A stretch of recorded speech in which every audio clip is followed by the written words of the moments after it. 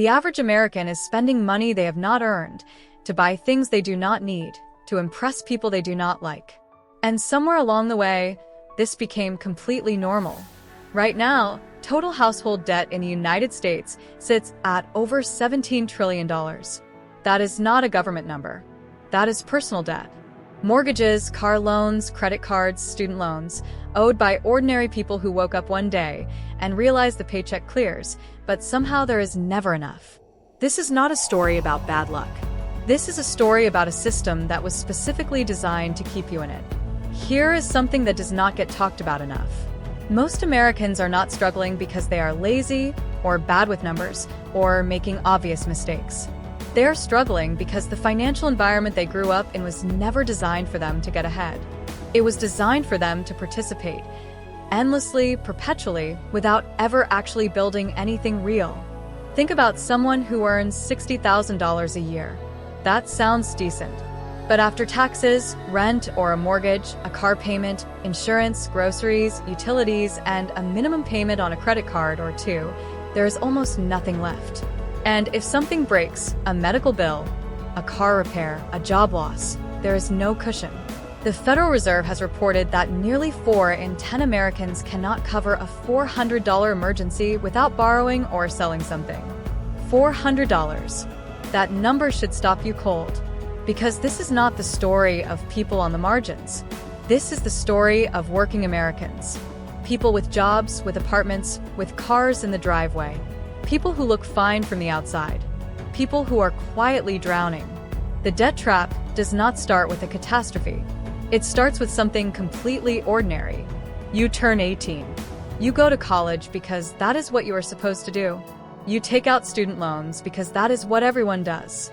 You graduate with $40, $60, sometimes $100,000 in debt before your career has even started. And then the interest begins. Quietly, patiently, like a tax on your future that you agreed to before you even knew what compound interest meant. Then comes the car. You need transportation to get to work. The dealership tells you the monthly payment is manageable, and it is, until insurance, maintenance, and gas are layered on top.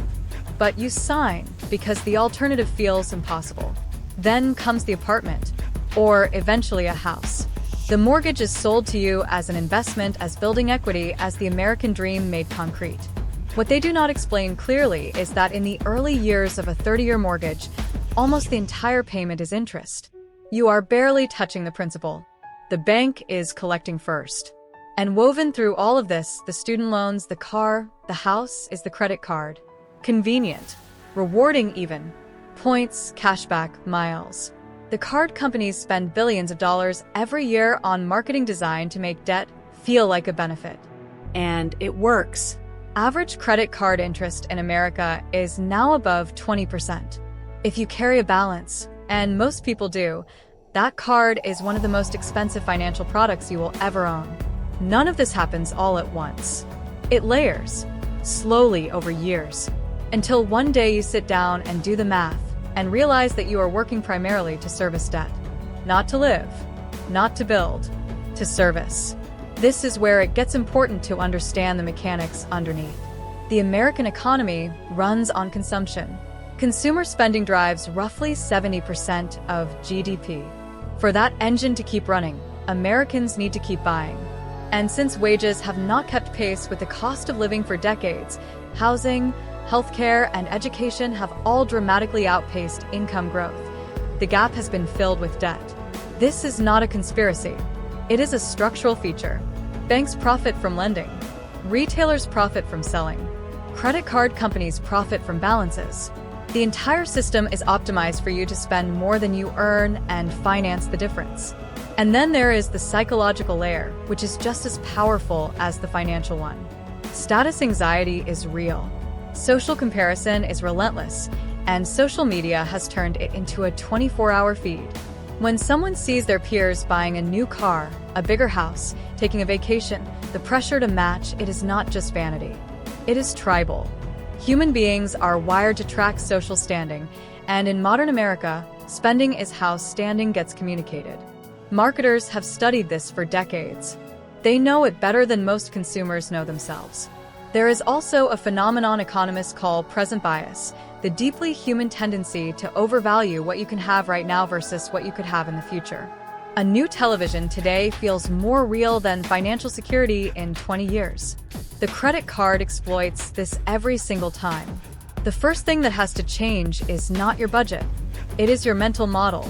Most financial advice focuses on tactics. Cut the coffee, track your spending, make a spreadsheet. And those things have value.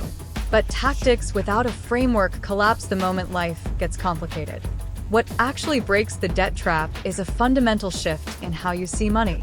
Stop thinking about money as something you spend to live, and start thinking about it as something you deploy. Every dollar either works for you, or it works against you.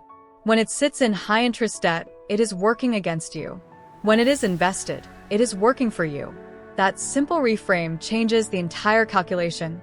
The second shift is learning to separate needs from manufactured desires.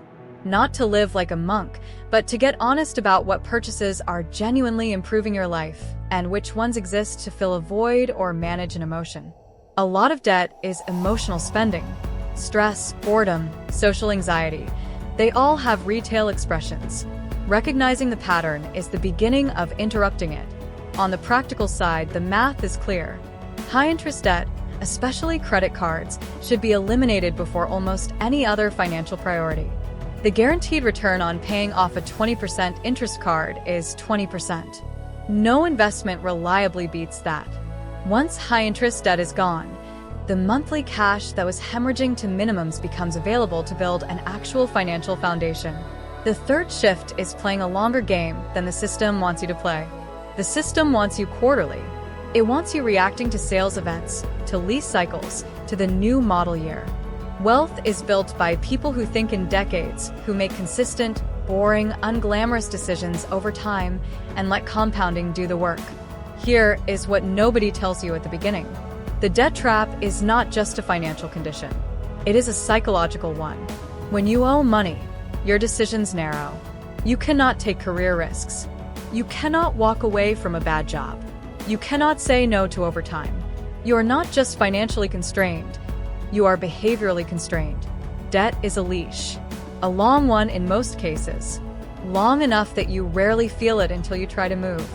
Freedom is not just about having money. It is about having options. And options are built quietly over time through decisions that run directly against what every advertisement, every algorithm, and every social cue around you is pushing you toward. The system is very good at what it does. It is patient, it is sophisticated, and it has been refined over decades. But it only works if you do not see it. Now you do.